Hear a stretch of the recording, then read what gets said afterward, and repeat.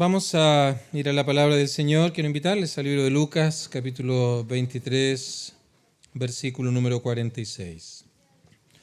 El Evangelio según San Lucas, capítulo número 23, versículo 46. Entonces Jesús, clamando a gran voz, dijo: Padre, en tus manos encomiendo mi espíritu. Y habiendo dicho esto, expiró.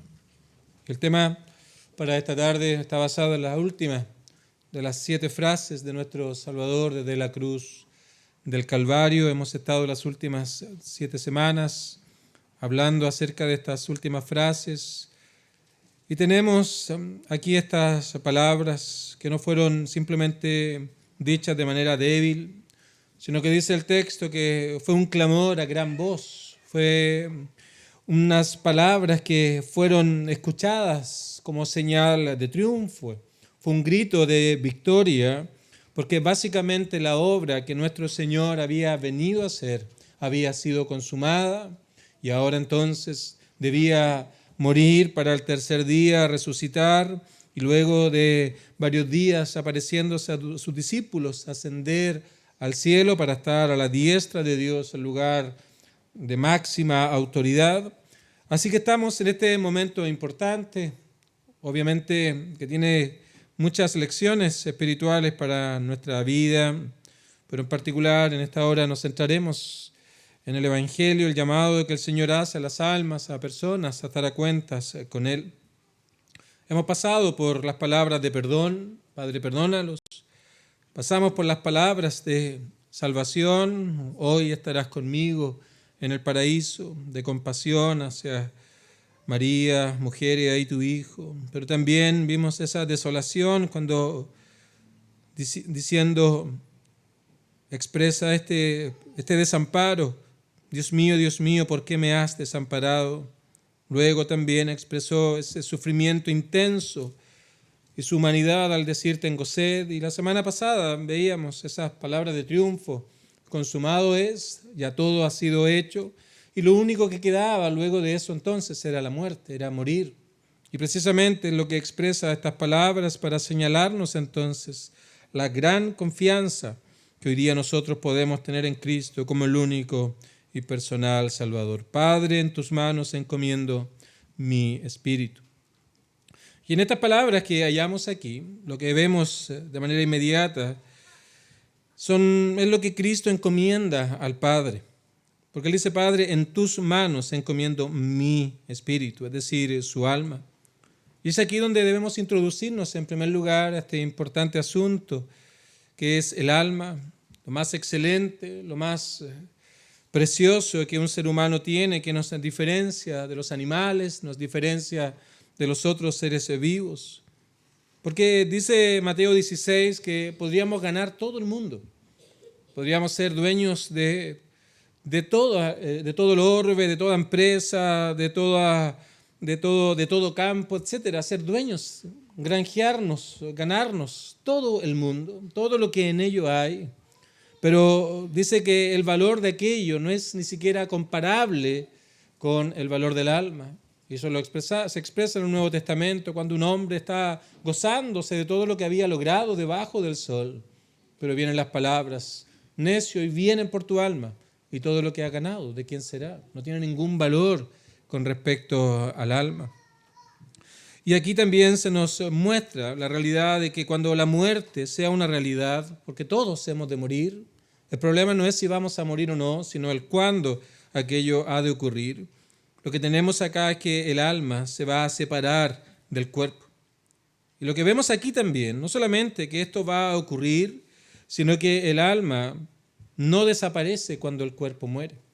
Hay ciertas religiones que enseñan que el alma se va a ir a dormir, u otros que el alma será aniquilada. Pero lo que tenemos aquí, que en la muerte hay una separación, y ahora entonces se nos enseña que el alma no desaparece cuando el hombre muere. Entonces la pregunta que surge en primer lugar aquí es si has considerado el valor del alma, si has considerado con seriedad este asunto, si has considerado que el alma es eterna y que en ella están las facultades del pensar, la capacidad de decisión, también está el hecho de poder expresar afectos. Y todo esto nos diferencia de los animales. Tenemos un lenguaje infinitamente superior al lenguaje de los animales. Podemos razonar, podemos meditar, tomar un conjunto de información y tomar un camino particular en relación al análisis que hagamos. No estamos programados, un cierto tipo de programación como las aves, por ejemplo, que saben bajo qué condiciones, bajo qué clima, etcétera, van a encontrar mejor alimento, así que comienzan a migrar de un hemisferio a otro buscando mejores condiciones para la vida. Están programados de esa manera. Pero el hombre razona, el hombre piensa, el hombre puede tomar una decisión en base a información que pueda tener, y en base a una misma información dos personas podrán tomar una decisión diferente, y todo eso es parte de la facultad del alma. Así que un día el hombre ha de morir, el cuerpo va a ir a la tierra, se va a convertir en polvo de donde vino, pero esa alma que es eterna, ahora entonces va a ir a la presencia de Dios, y van a haber dos posibles destinos: la gloria eterna con nuestro Señor en aquellos que han creído en el Evangelio, o por otro lado, una separación eterna de Dios, un tormento eterno, separados de Dios por siempre y para siempre. No hay caminos intermedios, no hay purgatorio, no hay limbo, no hay lugares donde podamos perfeccionarnos después de que muramos, sino en ese instante el destino eterno de nuestras almas ha quedado sellada. Son las palabras también en Hebreos, está establecido, así Dios lo ha dejado establecido, de que los hombres mueran. En primer lugar, no solamente mueran, sino solo sea una vez, así que esto de la reencarnación es cualquier cosa, menos algo que la palabra del Señor enseñe. Y después de aquello, de la muerte entonces, viene el juicio. El hombre deberá presentarse delante de su Creador, y habrá dos destinos posibles: o en la presencia de Dios, o lejos y desterrado de la presencia de Dios para siempre. Entonces, es una pregunta importante la que debemos realizarnos con respecto a esto. ¿Dónde pasará tu alma la eternidad? Es una pregunta muy seria, a la cual cada persona debería enfrentarse con seriedad. Es una pregunta que debes considerar antes de morir, porque cuando la muerte venga, cuando el último respiro cese y pase, entonces el alma partirá de este mundo inmediatamente. Cuando la lámpara de esta vida se apague, la lámpara de la eternidad se encenderá, y en ese momento, si no has confiado en Cristo, será demasiado tarde para poder cambiar ese destino. Así que tenemos esto acá: en tus manos encomiendo mi espíritu. Nos muestra la realidad de lo que es la muerte y el valor que el alma tiene al ser un alma eterna, y que tiene dos posibles destinos: o con el Señor o lejos de Él. En segundo lugar, debemos también mencionar lo que Cristo ha logrado con esta obra en la cruz del Calvario. Y para eso debemos irnos al inicio de la era humana, cuando el Señor creó al hombre, a la mujer, Adán y Eva, los creó en perfección. Ellos estaban en comunión directa con su Creador. No había barrera que los separara, no había vergüenza, no había separación. Básicamente Dios era el centro y el propósito de sus vidas. Había deleite en las cosas de Dios. Había un deseo de obediencia a las leyes de Dios. Así que en nuestro Dios encontraban un pleno descanso para sus almas. Pero el pecado entró y todo esto fue corrompido, todo esto fue trastocado. El descanso en Dios ahora dio paso a una búsqueda de un placer aparte de Dios. Y pensando que debajo del sol pueden hallar un propósito para su vida. Así que la vida del hombre transcurre de aquí para allá. Y el hombre no piensa en que ahora por naturaleza ha nacido separado de Dios. De tal manera que su vida, su propósito ya no está en relación a Dios, no apunta a las cosas espirituales, no apunta a Dios como nuestro propósito mayor, sino más bien con todo lo que su corazón es, su alma, con todas las facultades del alma, ahora ama todo aquello que Dios desprecia. La mente planea cosas que están en contra de la voluntad de Dios. La voluntad se mueve en base a aquellos pensamientos, y el deleite, el placer, ahora están puestos en las cosas que nos alejan día tras día de nuestro Dios. El pecado ha entrado. Y cuando Adán pecó, toda la raza humana quedó destituida de la gloria de Dios. Así que debemos también no solamente comprender el valor del alma, no solamente preguntarnos ¿dónde iremos al morir? Sino que también deberías preguntarte si comprendes la condición natural de una vida sin Dios. Esta condición que nos lleva a vivir sin temor, sin reverencia, sin considerar a Dios en nuestros caminos. El Evangelio es una locura. El Evangelio es algo tal vez que no tiene valor ni sentido. En el mejor de los casos, externamente, no nos interesa. Externamente tal vez podría ser alguien que está atacando a los cristianos, pero aquello no es más que una demostración externa de la realidad de un corazón que está en contra de Dios. Y en esa condición el hombre no puede hallar descanso. El hombre no puede hallar paz, porque su alma está vacía. Intenta llenarla por aquí y por allá, pensando que en las cosas pasajeras de este mundo puede hallar satisfacción para la eternidad. Eso es algo que no calza, como algo temporal puede poder apuntar a algo eterno, pero está engañado, buscando por aquí y por allá, de distintas formas y maneras, descanso y paz para su alma. Y esa es la terrible realidad de la cual todo hombre, nacido de padre y madre, se encuentra. Está perdido, espiritualmente está separado de Dios, está bajo condenación eterna. Y lo peor aún es que el hombre no puede solucionarlo por sí mismo. No puede cumplir las demandas de Dios. Así que no hay nada que pueda el hombre ofrecer para poder estar a cuentas con Dios. Pero gracias a Dios. Y gracias, dice el apóstol, sean dadas a Dios por medio de nuestro Señor y Salvador Jesucristo, porque la historia no termina en aquella terrible realidad en la cual el hombre se encuentra. Lo que Adán destruyó, Cristo lo ha restaurado. Y Él vino a esta tierra a buscar y a salvar lo que se había perdido.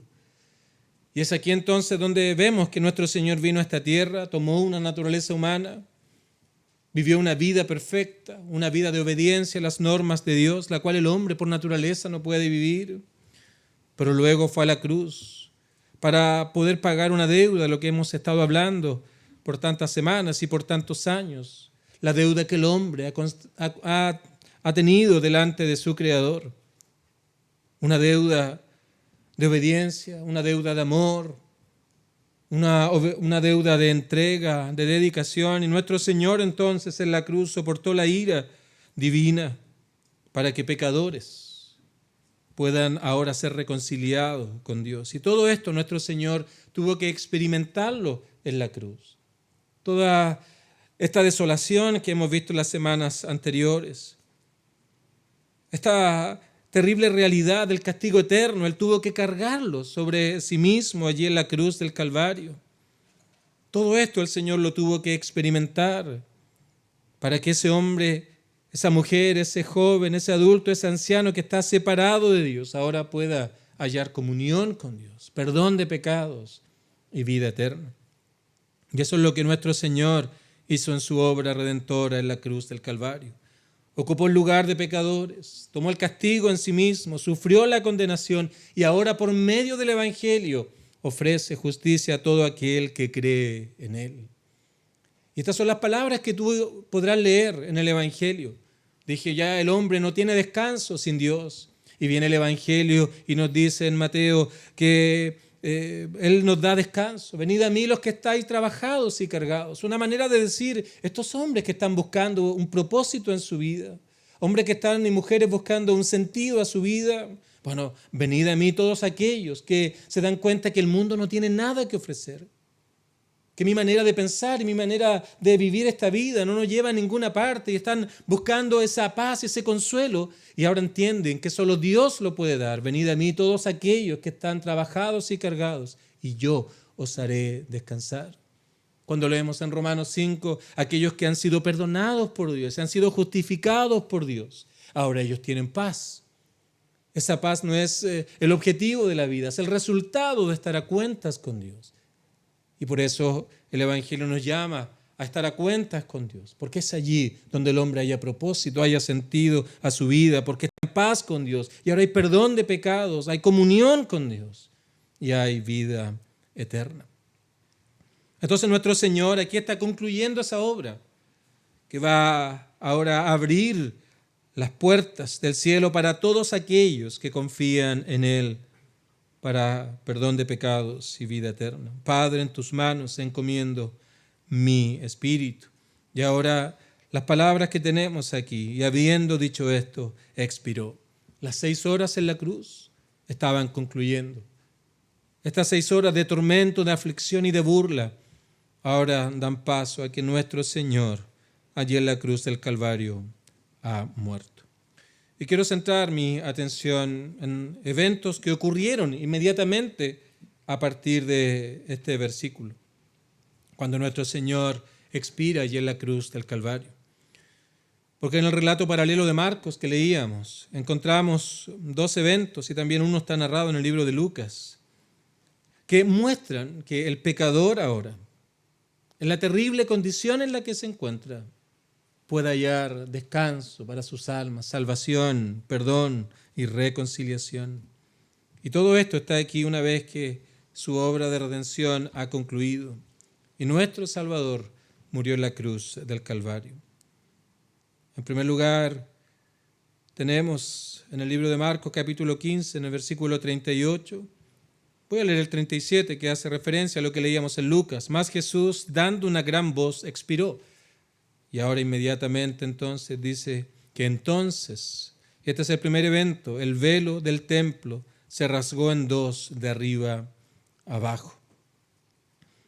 Y esto es algo extraordinario que está mostrando lo que Cristo logró allí en la cruz del Calvario. Porque en el templo había un velo grueso, habían 3 áreas en el templo, y los 2 últimos eran el lugar santo y el lugar santísimo, y ellos estaban separados por una cortina. Y a ese lugar santísimo solamente podía entrar el sumo sacerdote una vez al año, en una fiesta que ellos tenían, una celebración o un asunto ceremonial, para poder entonces expiar por los pecados, ofrecer el sacrificio, etc. Exigentes ceremonias que estaban prescritas para ellos.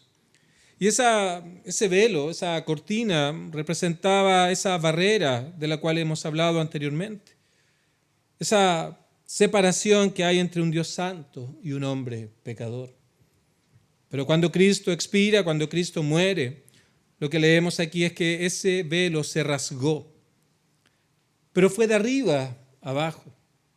Estas cosas pueden parecer sin importancia, pero el Señor estaba mostrando, nuestro Dios estaba mostrando por medio de todo esto, que habiendo el Señor cumplido su obra de redención en la cruz del Calvario, ahora con el velo que se rasgaba estaba mostrando que el camino que Él mismo había trazado ahora estaba abierto para pecadores y que la reconciliación viene de parte de Dios. La salvación no es algo que el hombre pueda lograr por sus propios méritos. Si el hombre ha de ser salvo, si la mujer ha de ser salvo, si el niño, el joven, el anciano ha de ser salvo, todo aquello viene de parte de Dios. Y es Dios que puede darte salvación. No es un predicador, no es un pastor, no es cualquier hombre en cualquier lugar de este mundo, es Dios. Y muchos hombres recurren a personas, a instituciones, para de una u otra manera lograr ser acepto delante de Dios. Pero la única manera entonces es acudir a Dios rogando por su perdón, rogando por su misericordia. Y así lo expresa el libro de Hebreos, cuando ahora dice tenemos libertad para entrar en el lugar santísimo. ¿Y cuál es la razón de aquello? Estar en comunión con Dios, por la sangre de Jesucristo, por la obra que Él hizo en la cruz del Calvario, por ese camino nuevo y vivo que Él nos abrió a través del velo. Así que todas esas sombras que estaban en el Antiguo Testamento, todo eso que hallamos allí presentado de muchas veces una manera confusa, ahora era totalmente claro, todo ahora apuntaba a Cristo con claridad. Ya no habían más misterios, ya no habían más sombras, no habían profecías por cumplirse con respecto a la salvación, porque en Cristo todas y cada una de ellas se habían cumplido. Y ahora entonces con claridad el hombre puede ver que tan solo en Cristo y solo en Él hay perdón de pecados y vida eterna. Así que ese es el primer evento que ocurre. El velo del templo que estaba separando el lugar santo del lugar santísimo, la presencia misma de Dios, ahora había sido rasgado de arriba abajo y el hombre ahora puede tener comunión con Dios. Puede acudir a Él de manera personal, rogando por su perdón, por su salvación. Pero también hay otro evento que ocurre y que está narrado en Marcos, como también en el libro de Lucas. En el versículo 47 de Lucas dice que cuando el centurión vio lo que había acontecido, dio gloria a Dios diciendo verdaderamente este hombre era justo. Y de hecho Marcos lo señala de otra manera, diciendo el centurión que estaba frente a él fue testigo de todo lo que había ocurrido y había sido testigo de esta última frase que nuestro Señor dijo y que había muerto. Luego entonces dice verdaderamente este hombre era hijo de Dios. Este hombre había sido un verdugo del Señor. Había estado allí provocando el dolor de nuestro Salvador. Era un hombre líder en el Imperio Romano, en el ejército romano. Por lo tanto, tal vez era alguien que había supervisado la crucifixión. Se había encargado de que el dolor sea suficientemente cruel para poder disuadir a otros de irse en contra del imperio. Era un hombre duro, por cierto, acostumbrados a la violencia, a las guerras. Había sido hostil hacia el Mesías, pero algo había ocurrido aquí. Y qué hermoso es que este es el primer fruto de nuestro Señor una vez que Él había muerto. Porque al oír las palabras de Cristo, al ver todo lo que había allí ocurrido, cómo Él murió, ahora entonces Él exclama que Él era justo en primer lugar y también que era el Hijo de Dios, era el Mesías prometido. Este hombre entonces tuvo un entendimiento acerca de que Cristo era el único camino por el cual el hombre podía ser salvo. Y pudo comprender aquello que él no podía comprender antes, no podía ver que Cristo realmente era quien decía ser. Y vemos la gracia de Dios obrando en este hombre, cómo Dios llama al hombre a estar a cuentas con él. Este es un ejemplo maravilloso de perdón y conversión. Y qué hermoso que esté justo después de que nuestro Señor muriera, para mostrarnos inmediatamente que el poder de Dios para salvación estaba actuando sobre aquellos aún que le habían llevado a sufrir en la cruz del Calvario.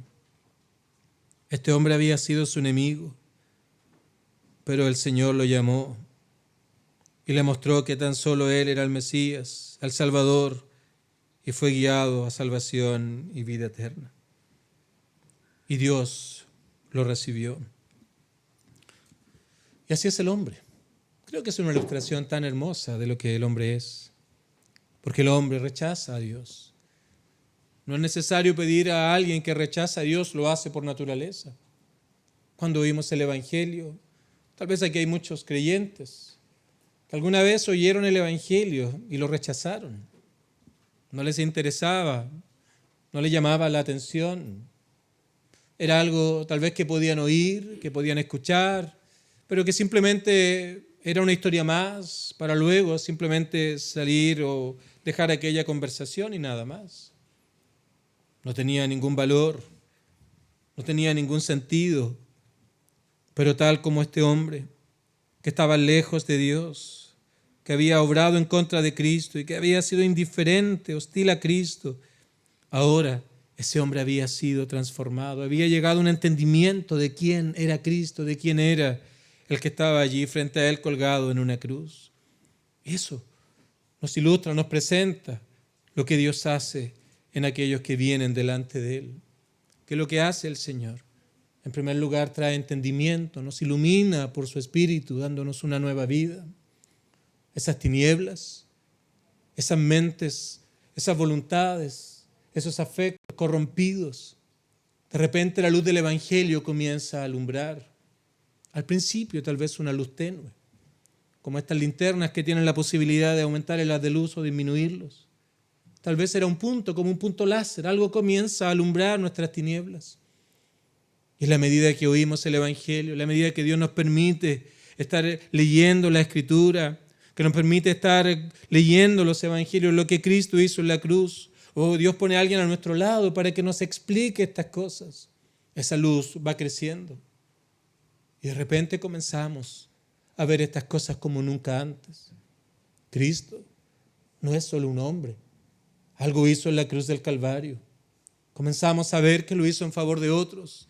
Y el Señor comienza a despertarnos a la realidad de nuestro corazón, de nuestro pecado. Y comenzamos a ser convencidos de esa terrible realidad, de que somos pecadores delante de Dios. Y luego más luz el Señor trae, que ese pecado merece el castigo. Y somos convencidos de que estamos bajo el juicio de Dios. Y luego vemos la terrible consecuencia de ese pecado, estar lejos de Dios para siempre. Y somos convencidos de que somos merecedores de ese castigo eterno. Y todo aquello es la obra de Dios en el corazón, tal como a este hombre. El Señor nos va guiando cada vez más a poder ver a Cristo como el único Salvador, como el único que puede darnos comunión con Dios y vida eterna. Y tratemos de rechazar estas cosas, de decir no a esto. Pensamos en los amigos que nos abandonarán, en las cosas que deberán ser dejadas de lado.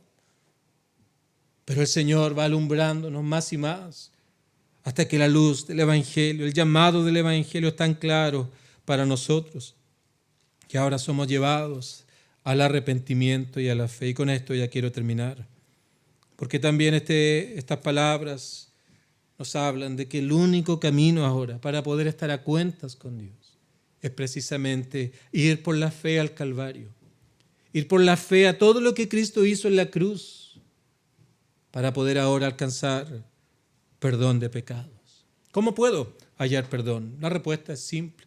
Y el Evangelio es un mensaje simple, hasta un niño puede entenderlo. Debes ir al Calvario, pero debes ir por la fe. Por eso no tenemos aquí cruces con un Cristo representado allí, porque esto no es algo visual. La fe no es algo que tiene que ver con asuntos que yo pueda palpar. Debemos ir al Calvario por la fe. ¿Y qué debemos ver allí? Que todo lo que Cristo hizo en la cruz del Calvario, la ira del pecado que Él recibió allí en su alma, todo aquello fue el lugar de pecadores que no podían ser aceptos delante de Dios basado en sus propias obras. No hay otro camino, no hay otra manera. Y esta es la exclusividad del Evangelio. Muchos buscan sus caminos, ser una buena persona, llenarse de obras de caridad, seguir algún tipo de religiosidad o simplemente caer en la filosofía de que Dios es un Dios de amor, así que entraremos achoclonados al cielo, Dios va a pasar por alto todas estas cosas, sin darte cuenta que todos estos caminos alternativos a Cristo lo único que hacen es llevarnos hacia la perdición. Así que también encontramos aquí en este pasaje que nuestro Señor está cumpliendo aquella obra para poder confirmar que solo Él es el camino, solo Él es la verdad, solo Él es la vida y nadie, absolutamente nadie puede ir a Dios y estar en comunión con Él a no ser por medio de Cristo. Así que vas al Calvario, no físicamente, no tienes que peregrinar como enseñan algunas religiones, sino donde quiera que tú estés. Puede ser aquí, puede ser en tu hogar. Vas y por la fe ahora vas al Calvario y en primer lugar te arrepientes de tus pecados. El arrepentimiento es un cambio de mente con respecto al pecado. Es un volverse a Dios de ese pecado, con un odio hacia el pecado, una cierta medida de vergüenza hacia el pecado que me mantenía lejos de Dios. Esto implica reconocer que has ofendido a Dios, sin minimizar el pecado, sin compararte con otros, sin excusa. Reconocer que has ofendido a Dios. Reconocer que mereces el castigo, que mereces estar fuera de la presencia de Dios y que Dios seguiría siendo justo si aún permite que aquello ocurra. Pero también ves el gran amor de Dios en la cruz, que nuestro Señor y Salvador vino a morir por pecadores. Y de esa manera Dios muestra su amor en favor de aquellos que están lejos de Él. y luego también confías en Cristo. Esta es la esencia de la fe salvadora. Creer, mirando al Calvario, que Él vino a sufrir un castigo que no merecía. Y no solamente aquello, sino que Él llevó la ira divina sobre su alma, sobre su cuerpo. Y que tan solo por medio de Cristo puedes ser perdonado. No porque lo merezcas, no porque has hecho suficientes buenas obras para merecerlo, sino que todo esto no es más sino por gracia, un favor inmerecido que Dios despliega en favor de pecadores que vienen delante de Él reconociendo que tan solo en Cristo pueden hallar perdón. Padre, en tus manos encomiendo mi espíritu. Y habiendo dicho esto, expiró. Su obra ha sido terminada. Él vino a salvar y a buscar lo que se había perdido, y el costo de aquella redención ha llegado a su fin. Ahora queda tan solo que al tercer día Cristo resucitase por su propio poder, el poder del Padre, el poder del Espíritu, vindicando aquella obra como suficiente para la salvación de los pecados. Y ahora entonces fuera al cielo a estar en la presencia del Señor, intercediendo por todos aquellos que un día han creído en Él como el único y personal Salvador. Queridos amigos, en Cristo hay salvación, perdón de pecados y vida eterna. Y simplemente te pregunté si has pensado en tu alma, si has pensado dónde pasarás la eternidad, si comprendes la condición de tu alma, pero también debes preguntarte, ¿qué harás con Cristo? La muerte puede venir, y ya mencioné, en aquel momento has sellado el destino eterno de tus almas, de tu alma. Por eso el Señor nos hace un llamado urgente. Si hoy oyereis mi voz, dijo Él, no endurezcáis vuestro corazón. Si vuestros pecados fueren como la grana, como la nieve serán emblanquecidos. Y si fueren rojos como el carmesí, vendrán a ser como blanca lana. Todo esto es condensado en la vida de este soldado, de este centurión, de este líder, que aún en esa terrible maldad hacia Cristo, pudo comprender que era el justo y que en Él podía alcanzar justicia y que Él era el Hijo de Dios y que en Él podía alcanzar perdón de pecados y vida eterna. Que esta sea una realidad en ti. Ven delante del Señor, pídele que te reciba, que te dé una nueva vida y puedas hallar perdón de pecados y vida eterna. Que el Señor nos ayude a todos.